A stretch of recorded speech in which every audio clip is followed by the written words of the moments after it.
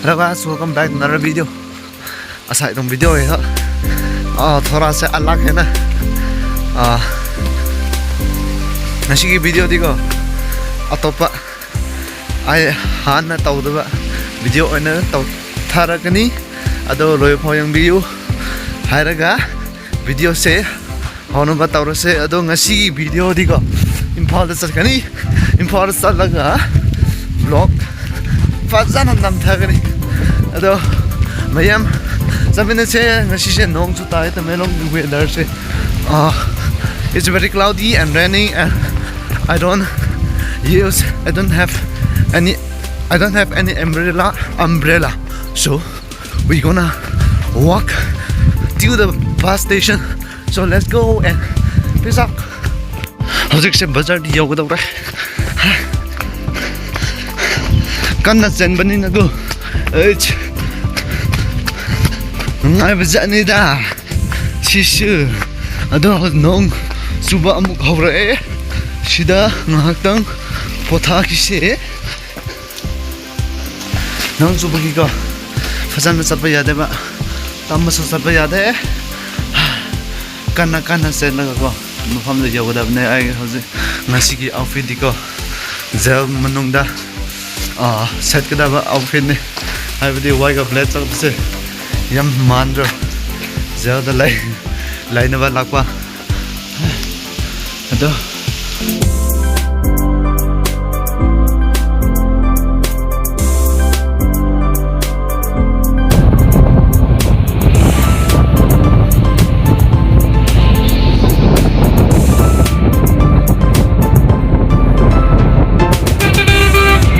Howzik divi nonne press yaure nonne da waina yaure saksa pham ado ngasi je bat sake tobne ba ado rakta bagi ko tabang amdre nonne pom ugi hai sis ta nonne pom ma ta hai nonne ke tangam te ko ma te wa ta tang nat ne tang re ta theo dam ne ko ma sa wa ne ko tang ne lian dam ne ma ja ro ko ko te ko ma ko tha wa loi ma na ja se na ja da ba ko na nonne bazar ge hai che as pon ma ram kong na hai ko mai thu khan ko me packet ka thom ka soi da ta me long song kong ne tang meng long du wei ge tang meng long he po do wang da bang hai nonne stre po ram kong dai kai da be ma khai ta ho te ni ro ri bang se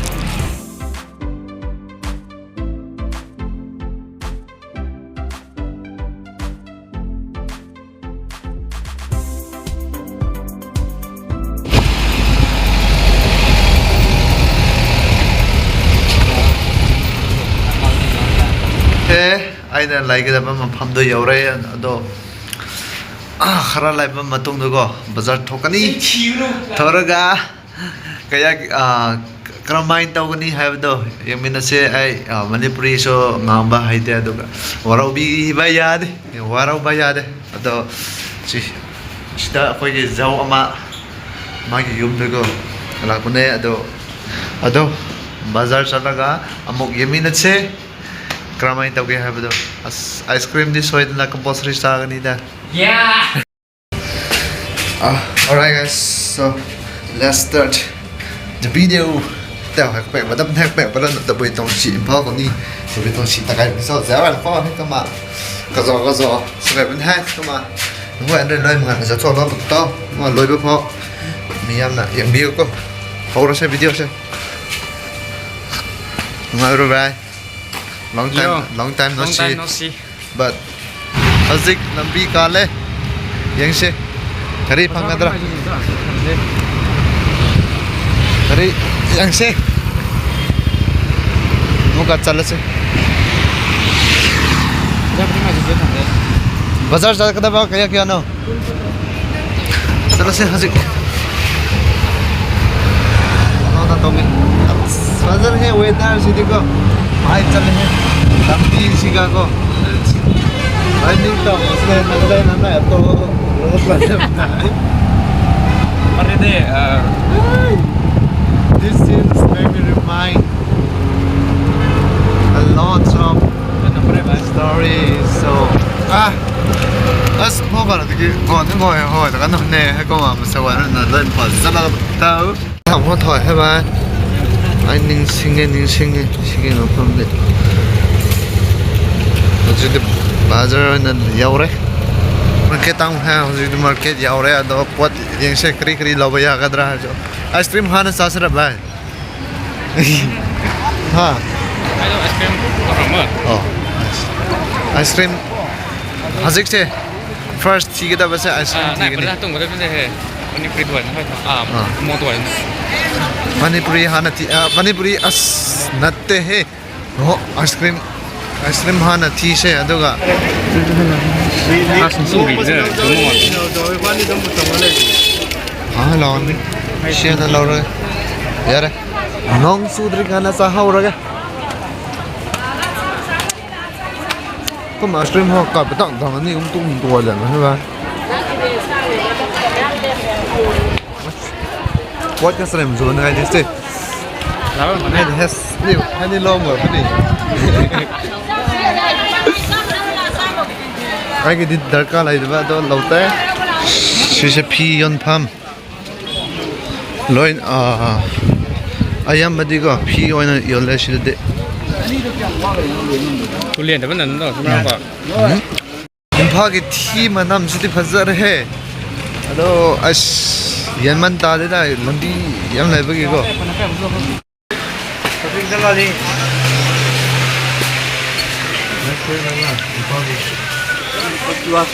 हाँ.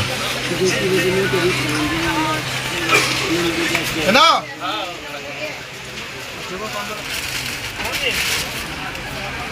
हो गया वो लेके चला गया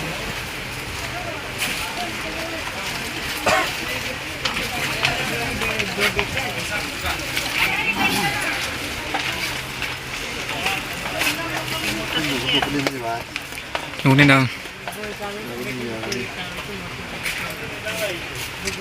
시시피야 내가 봐. 이거 러블로이래 수시 자원나 파그니 한 바가 있는 거. Jangan lah sih. tiap mi jore no adanya ko to. B. Aje se senda mo lause. Yang min na se ado sisi impa manung gi bazar ne. Habedi market manung da ko. Ado es median yam chille he. Tamelonga manam sidiko 와셔 켈라와 시도하는 양식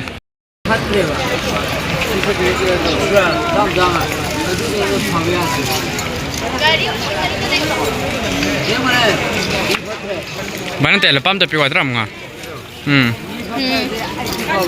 Andres soe Buat mo to ni Wah lagi.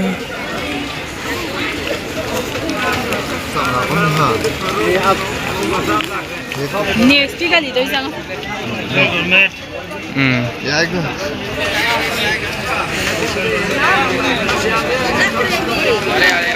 Makan lagi bro Takre.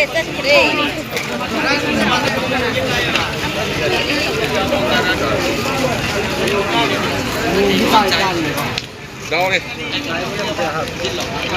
Không có làm kiểu gì buồn 실은 탄한데도. 에스 아는 비벼 비샤데 마삭 퍼퍼자버니 해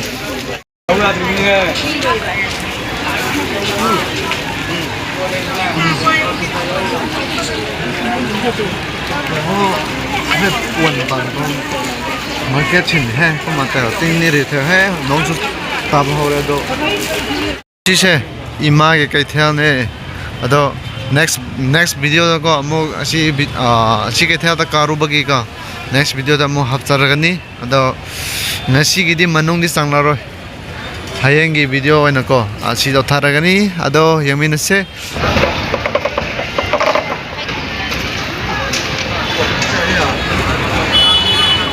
let the 50 yen hai 100 bani he tuh apa? Ini kan pras ya kan?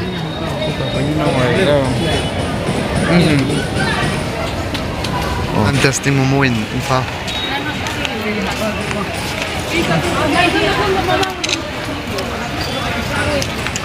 사부지 사해. 또 해봐. 님 파. 님 하서. 아버지 하we도 같이 땅에 사.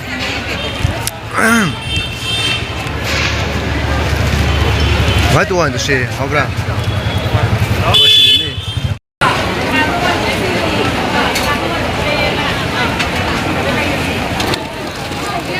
Then it's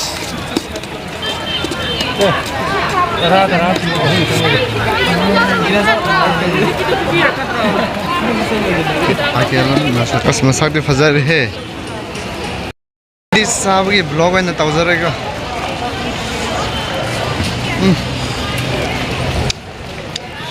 ice लागे ice cream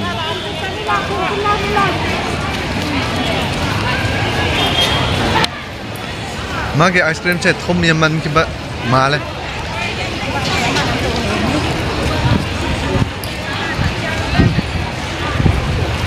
फजर है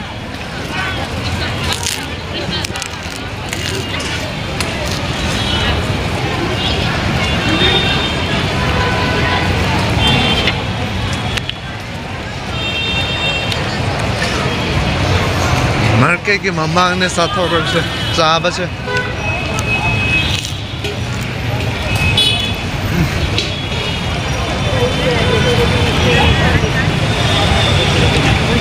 em hào ấy đâu yum da muk salah saya duga kari ra satu orang se ada 자, 거만 어디지? 가자. 그래. 허른 내면 나 뜨는 님도 됐네. 바로 가자. 그런 님 아직 제 또 노게 어떤 뭐 밤에 살다가 양식 그리다 보니 하면서 뭔가 이렇게 됐대요. 또 믿어 싶네 아도 양민의 임파지 양 크라우디어 이거 아이비디 미 ям실레바 population 체 야만 기브나고 미나 엔니 सतफम्स लाइते गरीब होगा यम चिल्ले बाजार की मनोंग नसु को बाजार के मनोंग नसु यम चिल्ले गरी मन बगी को अखोई खोंग न सब मखाई दी बारे आदो गरी सब मखाई दी को आइस ट्रैफिक जाम मैंने ले रहे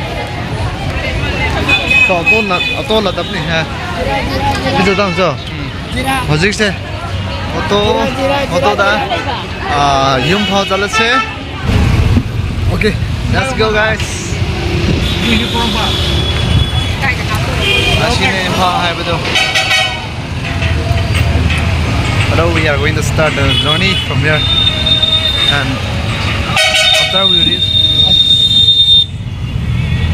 on city go after we reach our spot I'll let you see how. Okay, let's go.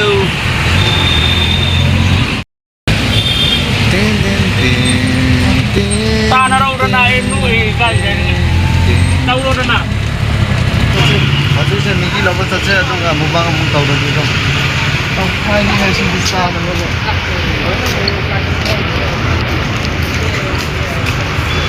我们才帮打造生意呵。打。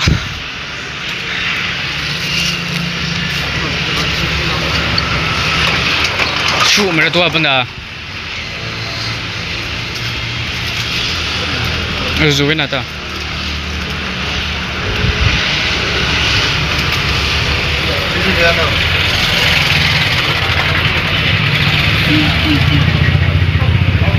是为哪？ 20 dah. Sini.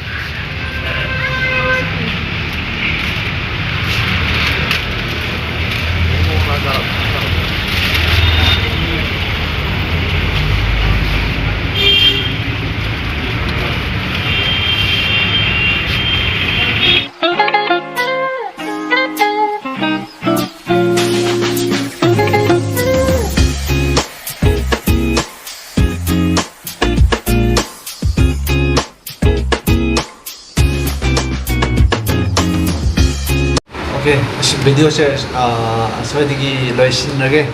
Atau migi sablore, ma nasi gini ko asli lagi lep lagi. ꯉꯥꯏꯍꯥꯛꯇꯪ ꯄꯣꯊꯥꯈꯤꯒꯦ ꯋꯥꯃꯟꯈꯤꯕꯅꯀꯣ ꯑꯁ ꯂꯝꯕꯤ ꯑꯥꯗꯒꯤ ꯂꯥꯛꯄꯅꯤꯅ Imphal Tamenglong two ꯏꯝꯐꯥꯜꯒꯤ ꯇ꯭ꯔꯤꯞꯁꯦ ꯑꯁ ꯂꯝꯕꯤꯁꯨ ꯐꯠꯇꯦ ꯃꯅꯤꯡꯗ ꯐꯝꯃꯦ ꯑꯗꯨꯒꯤ ꯌꯥꯝ ꯋꯥꯔꯦ ꯑꯗꯣ ꯉꯁꯤꯒꯤꯗꯤ ꯄꯣꯊꯥꯈꯤꯒꯦ ꯑꯗꯨꯒ ꯑꯃꯨꯛ ꯚꯤꯗꯤꯑꯣꯗ ꯑꯃꯨꯛ ꯊꯦꯡꯅꯔꯁꯦ ꯃꯊꯪꯒꯤ ꯚꯤꯗꯤꯑꯣꯗꯀꯣ ꯑꯃꯨꯛ ꯊꯦꯡꯅꯔꯁꯦ ꯑꯗꯣ okay see you in the next video and stay tuned guys and stay safe bye